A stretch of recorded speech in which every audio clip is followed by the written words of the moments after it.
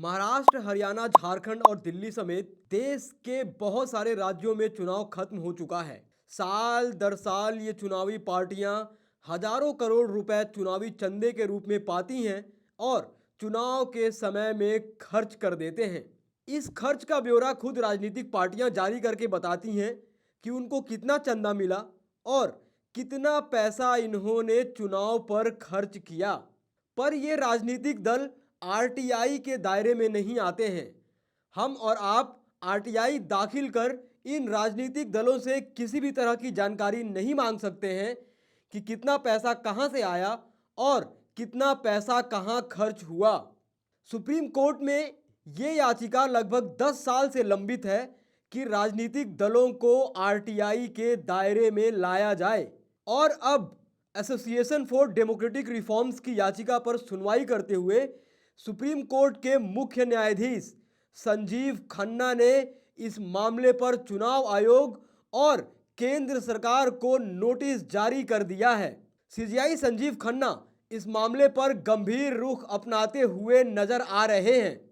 तो क्या राजनीतिक दलों की जवाबदेही तय करने वाले हैं सीजेआई खन्ना? और राजनीतिक दलों के आरटीआई के दायरे में आने से क्या फर्क पड़ेगा, पूरा मामला बताएंगे आपको विस्तार से, तो वीडियो को अंत तक जरूर देखिएगा। पर वीडियो में आगे बढ़ने से पहले अगर आप देश नीति चैनल पर पहली बार आए हैं तो चैनल को अभी सब्सक्राइब करें और बेल आइकॉन दबा दें, जिससे कि चैनल से जुड़ी तमाम जानकारी आपको मिलती रहे। जब भी ये बहस होती है तो सवाल उठता है कि आखिर राजनीतिक दलों को आरटीआई के दायरे में लाने से क्या होगा।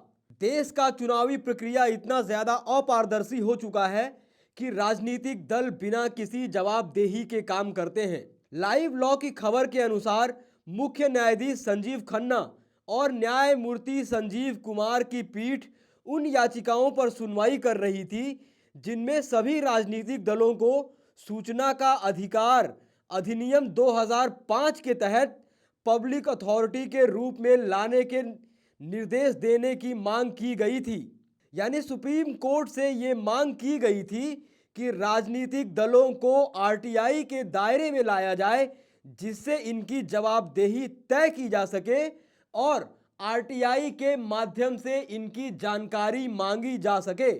सुप्रीम कोर्ट के मुख्य न्यायाधीश संजीव खन्ना और जस्टिस संजय कुमार ने इसी बात पर केंद्र सरकार और चुनाव आयोग से जवाब मांग लिया है कि इन राजनीतिक दलों को पब्लिक अथॉरिटी डिक्लेयर किया जाना चाहिए या नहीं। एडवोकेट प्रशांत भूषण ने एसोसिएशन फॉर डेमोक्रेटिक रिफॉर्म्स की तरफ से दलील देते हुए कहा कि यह मौजूदा मुद्दा प्रसिद्ध इलेक्टोरल बॉन्ड केस से जुड़ा हुआ है, जहां पर संविधान पीठ ने फैसला दिया था कि गुमनाम इलेक्ट्रिक बॉन्ड्स संविधान के आर्टिकल 19A के तहत सूचना के अधिकार का उल्लंघन करते हैं। यानी कि जनता को यह जानने का पूरा अधिकार है कि इन राजनीतिक दलों को कितना पैसा कहां से मिला। प्रशांत भूषण ने इस बात पर जोर दिया कि केंद्रीय सूचना आयोग यानी कि CIC ने अपने 2013 के फैसले में कहा था कि राजनीतिक पार्टियां आरटीआई अधिनियम के दायरे में आ सकती हैं। यानी कि इन राजनीतिक पार्टियों को आरटीआई के दायरे में लाकर जनता इनसे सवाल जवाब कर सकती है। आरटीआई के दायरे में आने का मतलब है कि कोई भी राजनीतिक दलों को आरटीआई करके जवाब मांग सकता है कि आखिर आपने कितना पैसा कहां से पाया और कितना पैसा कहां खर्च किया। किसी भी राजनीतिक दल से यह पूछा जा सकता है कि किस उम्मीदवार का चयन किस आधार पर किया गया है।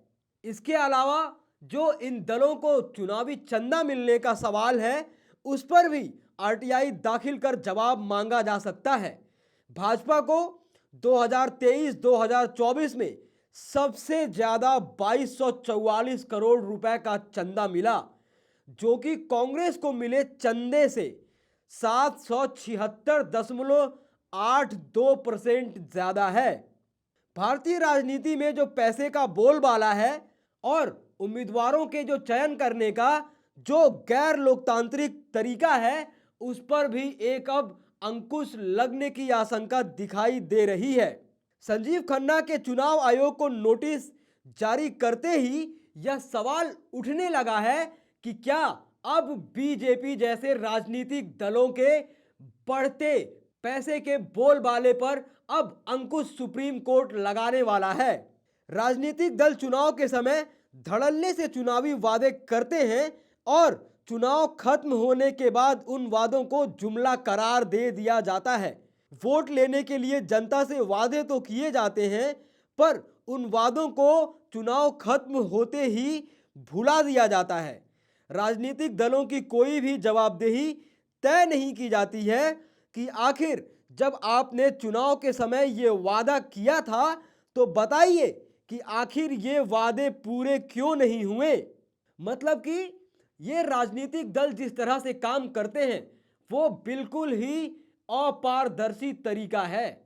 पर अब जब सुप्रीम कोर्ट ने यह नोटिस जारी कर दिया है केंद्र सरकार और चुनाव आयोग को, तब ये कयास लगाए जा रहे हैं कि राजनीतिक दलों की मुश्किल अब बढ़ने वाली है।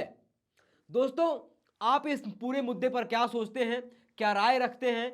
जिस प्रकार से सुप्रीम कोर्ट ने चुनाव आयोग और केंद्र सरकार को नोटिस जारी कर पूछ लिया है कि बताइए कि इन दलों को आरटीआई के दायरे में क्यों नहीं आना चाहिए। इससे जो राजनीतिक दलों के दागी उम्मीदवारों का सिलेक्शन है, क्या उस पर रोक लगेगी? क्या चुनावी चंदे जो राजनीतिक पार्टियां चुनाव के समय पैसे पानी की तरह बहा देते हैं, उस पर भी रोक लगेगी? आप इस पूरे मामले पर क्या सोचते हैं, क्या राय रखते हैं? अपनी राय, अपनी टीका टिप्पणी कमेंट बॉक्स में जरूर लिखें। बाकी ऐसी तमाम खबरों के लिए देखते रहिए देश नीति। धन्यवाद।